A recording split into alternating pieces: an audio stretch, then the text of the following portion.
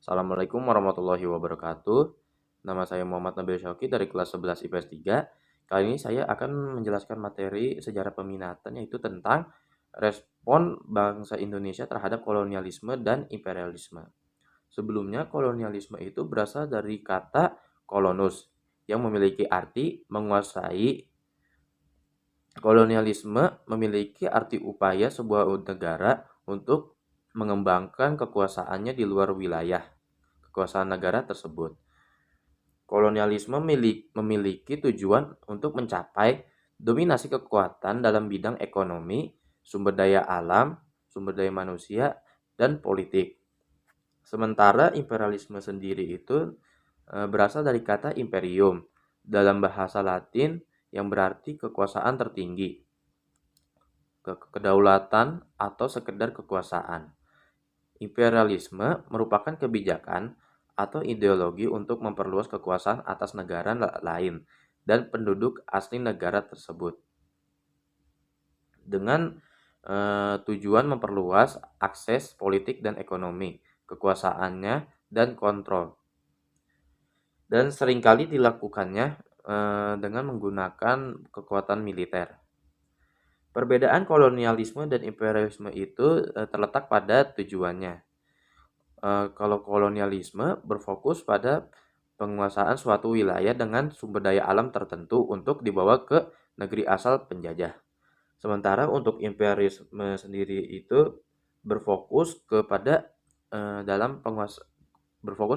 penguasaan politik dan pemerintah negara yang lain untuk memiliki pengaruh terhadap negara tersebut. Dan latar belakang kolonialisme dan imperialisme di Indonesia. Kolonialisme dan imperialisme itu sudah dilakukan oleh bangsa Eropa sejak abad ke-15 di seluruh dunia, sampai akhirnya masuk ke Nusantara atau di Indonesia. Pada saat itu, latar belakang bangsa Eropa masuk ke wilayah Nusantara disebabkan oleh beberapa hal, seperti jatuhnya Konstantin Apel di kawasan Laut Tengah kekuasaan Turki Utsmani pada tahun 1453.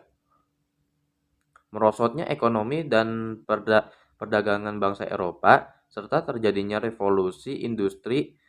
Respon bangsa Indonesia terhadap kolonialisme dan imperialisme, ada 4 aspek utama yang terjadi di Indonesia setelah merespon sistem kolonialisme dan imperialisme. Empatnya itu antara lain aspek ekonomi dan politik, sosial dan budaya, seni dan sastra, serta pendidikan serta pendidikan.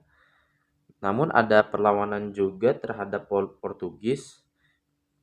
Yang pertama itu ada perlawanan Kesultanan Ternate. Terus yang kedua ada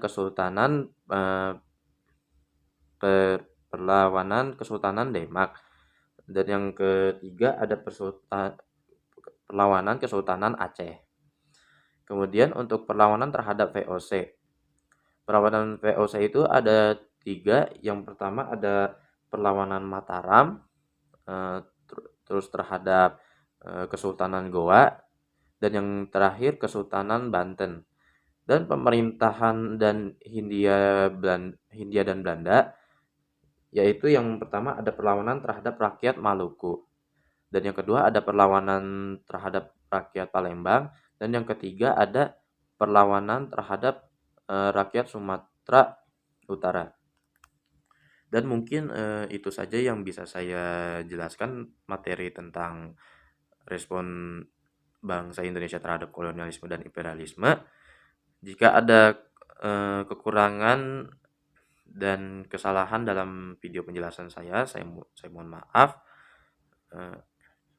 Saya tutup dengan kafaratul majelis. Subhanakallahumma wa bihamdika asyhadu alla ilaha illa anta astaghfiruka wa atubu ilaik. Assalamualaikum warahmatullahi wabarakatuh.